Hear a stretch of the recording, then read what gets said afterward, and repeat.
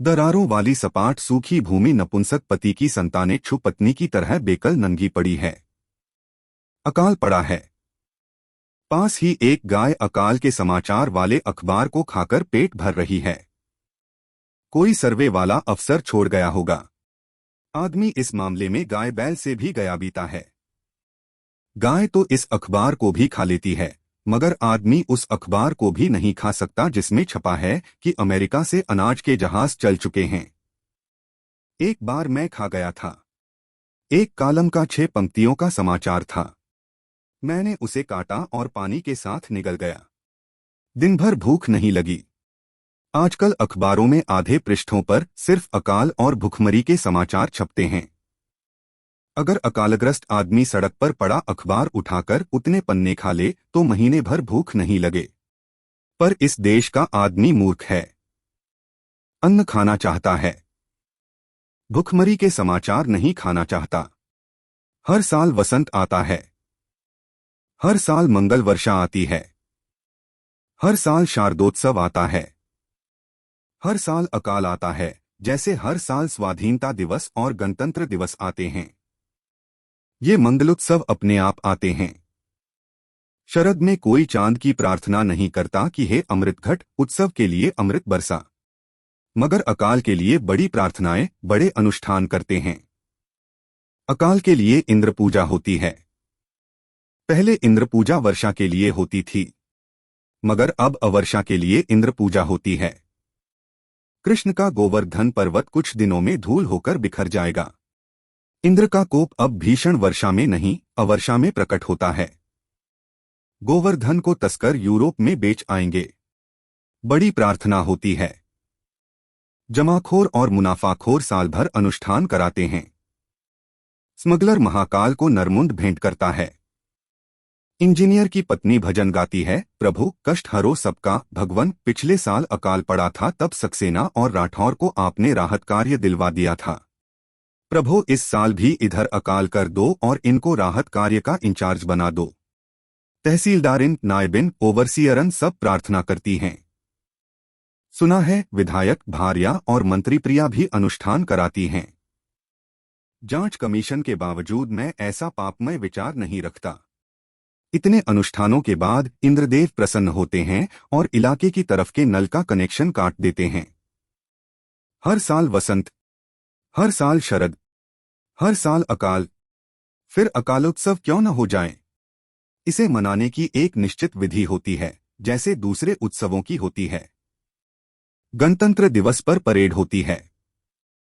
अकाल में सस्ते गल्ले की राशन दुकान पर भी परेड होती है और ज्यादा जोश से होती है। गणतंत्र परेड कुछ घंटे होती है, अकाल परेड महीने में हर रोज होती है। राशन दुकान पर खाली झोला लिए खड़ी फौज में उन फौजियों से ज्यादा जोश होता है।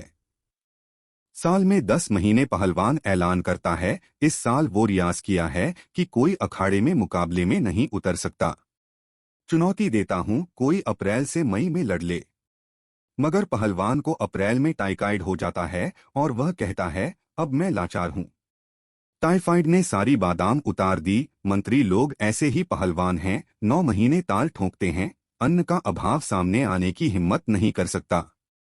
इतने लाख क्विंटल का स्टॉक होगा, लेव ही ली जाएगी। लड़ ले कोई जमाखोर, पछाड़ दिया जाएगा। मगर मई आते ही उसे भी टाइफाइड हो जाता है। कहता है, क्या करूं? जमाखोरी का टाइफाइड सरकार को हो गया। विरोधी तो विरोधी, अपनी पार्टी के लोग भी रोग के कीटाणु लिए हैं। दवा लेने अमेरिका भेजा है आदमी, मई में वीर मंत्रियों की भी बादाम उतर जाती है। इधर मैंने देखा, उल्टी लेव ही ली जाने लगी है। एक शहर में भारतीय निगम के गोदाम से गलत नंबर प्लेट के ट्रक में लदकर 150 बोरे गेहूं जा रहा था कि फाटक पर चौकीदार ने पकड़ लिया। उसने पूछा, यह लेवही का गेहूं कहाँ जा रहा है? विभाग के आदमी ने कहा, तुम्हें नया कानून नहीं मालूम। नए कानून के मुताबिक खाद्य निगम खुद लेवही देगा। वही लेवही है यह जो जमाखोर को दी जा रही है। नए ऑर्डर पूछ लिया करो। मैं एक विधायक से पूछता हूं, अकाल की स्थिति कैसी है? वह चिंतित होता है। मैं समझता हूं यह अकाल से चिंतित है। मुझे बड़ा संतोष होता है। वह जवाब देता है, हाँ अकाल तो है पर ज्यादा नहीं है। कोशिश करने से जीता जा सकता है। सिर्फ 11 विधायक हमारी तरफ आ जाए तो हमारी मिनिस्ट्री बन सकती है। हर आदमी का अपना अकाल होता है। इनका अकाल दूसरा है। इन्हें सिर्फ 11 क्विंटल विधायक मिल जाए तो अकाल समस्या हल हो जाए। सत्ता की दिन में यह सब सोचता हूं और रात को मुझे विचित्र सपने आते हैं। एक रात सपना आया, राष्ट्र ने अकालोत्सव मनाना तय कर लिया है। कई क्षेत्रों में हो रहा है। एक क्षेत्र में अकालोत्सव मैंने सपने में देखा। आसपास के 4-5 गांवों के किसान, स्त्रियां, बच्चे इकट्ठे थे। पंडाल सजाया गया था। मंत्री अकाल समारोह का उद्घाटन करने आने वाले थे। पटवारी ने भूखों से चंदा करके गुलाबों की मालाएं कस्बे से मंगवा ली थीं। स्त्रियां खाली मंगल घटों में सूखे नाले के किनारे की घास रखकर कतार में चल रही थीं। वे गा रही थीं, अब के बरस मेघा फिर से न बरसो, मंगल पड़े अकाल रे। ओवरसियर और मेट उनमें से अपने लिए छांट रहे थे, साहब उसे देखो कैसी मटकती है। अरे मगर इस सामने वाली को तो देख, 2 बार पूरी रोटी खा ले तो परी हो जाए। मगर साहब सुना है तहसीलदार साहब भी तबीयत फेंक देते हैं। अरे तो थ्रू प्रॉपर चैनल। सरकारी नियम हम थोड़े ही तोड़ेंगे, हड्डी ही हड्डी। पता नहीं किस गोंद से इन हड्डियों को जोड़कर आदमी के पुतले बनाकर खड़े कर दिए गए हैं। यह जीवित रहने की इच्छा की गोंद है। यह हड्डी जोड़ देती है, आते जोड़ देती है। सिर मी भर दूर पड़ा हो तो जुड़ जाता है। जीने की इच्छा की गोंद बड़ी ताकतवर होती है। पर सोचता हूं ये जीवित क्यों हैं? ये मरने की इच्छा को खाकर जीवित हैं। ये रोज कहते हैं इससे तो मौत आ जाए तो अच्छा, पर मरने की इच्छा को खा जाते हैं। मरने की इच्छा में पोषक तत्व होते हैं। जीने की इच्छा गोंद होती है जो शरीर जोड़े रखती है। मरने की इच्छा में पोषक तत्व होते हैं। अकालोत्सव शुरू हुआ। उत्सव में कवि जरूरी होते हैं। वे उत्सव का मूड बनाते हैं। वहां 2 कवि भी थे जो समयानुकूल कविता बना लाए थे। विधायक ने संक्षिप्त भाषण दिया। बड़े सौभाग्य का विषय है कि मंत्री महोदय हमारे बीच पधारे हैं। उन्हें कई उत्सवों का निमंत्रण था, पर इस क्षेत्र के अकाल से उन्हें विशेष प्रेम है, इसलिए वे यहीं पधारे। हम उनका स्वागत करते हैं। माला पड़ी और तालियां पिटीं। सबसे खूबसूरत तालियां पीटीं मंत्री जी के आसपास बैठे जमाखोर, मुनाफाखोर, चोर बाजारिये और इनके सरकारी मौसेरे भाइयों ने। तब मंत्री जी ने भाषण दिया। मैं आपका आभारी हूं कि इस अकालोत्सव में उद्घाटन के लिए आपने मुझे आमंत्रित किया। अकाल भारत की पुरानी परंपरा है। आप जानते हैं कि भगवान राम के राज में भी अकाल पड़ा था। हमारे राज में भी अकाल पड़ता है। हम गांधी जी के आदेश के अनुसार रामराज ला रहे हैं। अकाल रामराज का आधार है। मर्यादा पुरुषोत्तम भगवान राम रामराज का स्वर्ग नहीं ला सकते थे यदि अकाल न पड़ता। इसलिए अकाल का स्वागत करना चाहिए। अकाल के बिना रामराज नहीं आ सकता। मेरे विपक्षी मित्र जो भारतीय संस्कृति के पूजक हैं, मुझसे सहमत होंगे कि अकाल हमारी महान भारतीय संस्कृति का एक प्रमुख तत्व है। द्रोणाचार्य जैसे वीर तक भूखे मरते थे। मेरी इच्छा है आप खूब खुशी के साथ अकालोत्सव मनाएं। हम घोर संकट में भी प्रसन्न रहते हैं। आप जानते हैं, प्रियजन की मौत के बाद हम श्राद्ध करते हैं, तब हाथ पर मलकर शुद्ध घी की परीक्षा करते हैं और उसका लड्डू खाते हैं। मैं अधिक समय नहीं लूंगा क्योंकि रेस्ट हाउस में मेरा मुर्गा पक गया होगा। मेरी कामना है कि उत्सव सफल हो। वे बैठ गए।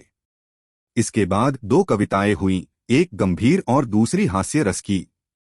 गंभीर कवि ने पढ़ा, स्वागत अकाल। स्वागत अकाल। भारत के गौरव के प्रतीक, गांधी के सपने के प्रतीक, गोदामों में रखी सुरक्षित हरित क्रांति के प्रिय प्रतीक मनु भी करते बैठे जुगाड़। स्वागत अकाल। स्वागत अकाल। फिर हास्य रस की कविता कवि मामा ने पढ़ी। मामी बोली, मामा से देखो रोटी तो बिल्ली निगल गई। मामा बोले, रोटी वापस लेने को तुम निगलो बिल्ली को तुरंत। इसके बाद थोड़ी और औपचारिकता के बाद समारोह समाप्त हुआ क्योंकि रेस्ट हाउस में मुर्गे पककर बांध देने लगे थे। दूसरे दिन से राहत कार्य शुरू हो गए। मुझे सपने बहुत आते हैं। मैं देखता हूं भूखे बिलबिला रहे हैं। मजदूरी पूरी नहीं मिलती। मिलती है तो दाना नहीं मिलता। मिलता है तो महंगा मिलता है। महंगा मिलता है तो उसमें न जाने क्या क्या कचरा मिला रहता है। भूखे और अधमरे चिल्लाते हैं, रोटी नहीं तो उत्सव काहे का। उत्सव फेल हो गया। मुझे एक सपना और आता है। कुछ दूसरी पार्टियों के लोग सेठों, जमाखोरों, सूदखोरों, मुनाफाखोरों को लेकर जाते हैं और लोगों से कहते हैं, तुम्हें रोटी नहीं मिलती, रोटी नहीं मिलती क्योंकि गल्ला नहीं मिलता। गल्ला क्यों नहीं मिलता? क्योंकि ये लोग जो आए हैं, इनका गल्ला सरकार ने दबा लिया है। जबरदस्ती दबा लिया है। आप लोग बताओ, पीढ़ियों से गल्ला तुम किन्हें बेचते थे? लोग बोले, इन आपके साथ के लोगों को। मगर ये लोग, नेता लोग बोले, यह मगर बंद करो अब। इस सरकार ने इनका खरीदना बंद कर दिया है। फिर बताओ, गल्ला तुम किनसे लेते थे? लोग बोले, इन्हीं से। मगर नेता बोले, पर सरकार ने इनका बेचना भी बंद कर दिया है। लोगों ने कहा, तो हम लोग क्या करें? किसके ईमान पर भरोसा करें? नेता बोले, अब हमारी बात मानो। इस सरकार का अकालोत्सव तुम लोग भुगत चुके। इस सरकार को बदलो। अब हमें वोट दो। हमें विधानसभा और संसद में भेजो। हमारी सरकार बनवाओ। तुम देखोगे कि तुम सब सुखी हो जाओगे। खरीदने वाले खरीदेंगे और बेचने वाले बेचेंगे। यही आदिकाल से चला आ रहा है। यही सनातन धर्म है। हमारे अकालोत्सव से तुम्हें कोई शिकायत नहीं होगी। लोग बोले, मगर नेता बोले, तुम बार बार मगर क्यों बोलते हो?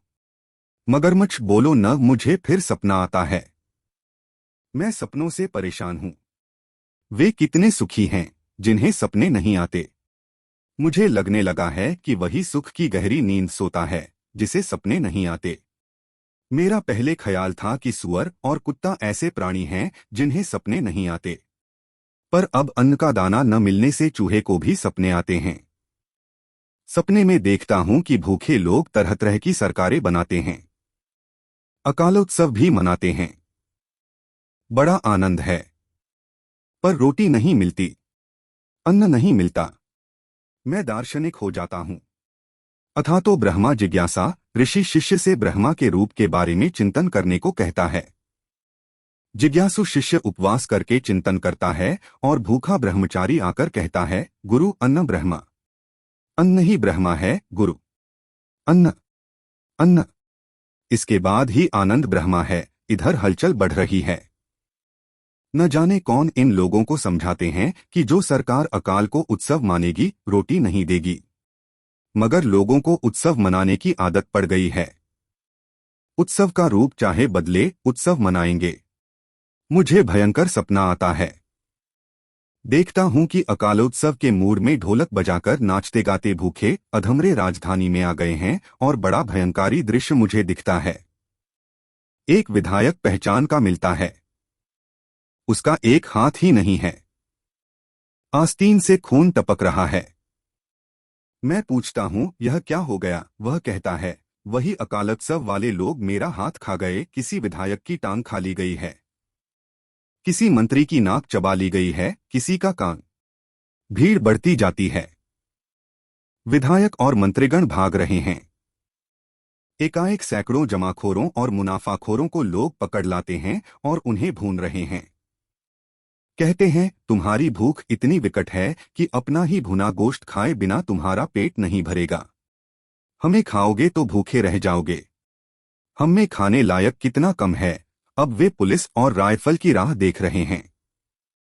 सारे विधान भवनों में सन्नाटा। संसद और उसके अहाते में सन्नाटा। अब ये भूखे क्या खाएं?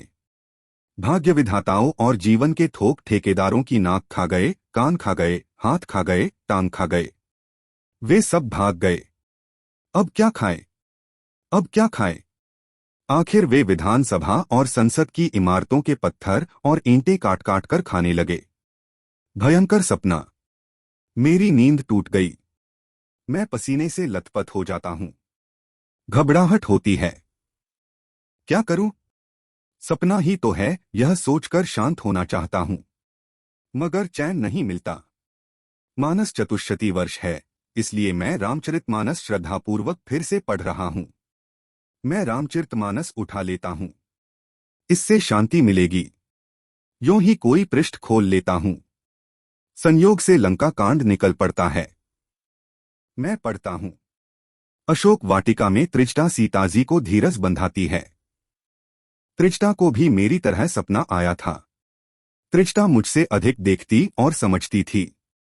उसे बहुत आगे दिखता था। वह कहती है, यह सपना मैं कहाँ विचारी, हुई है सत्य गए दिनचारी।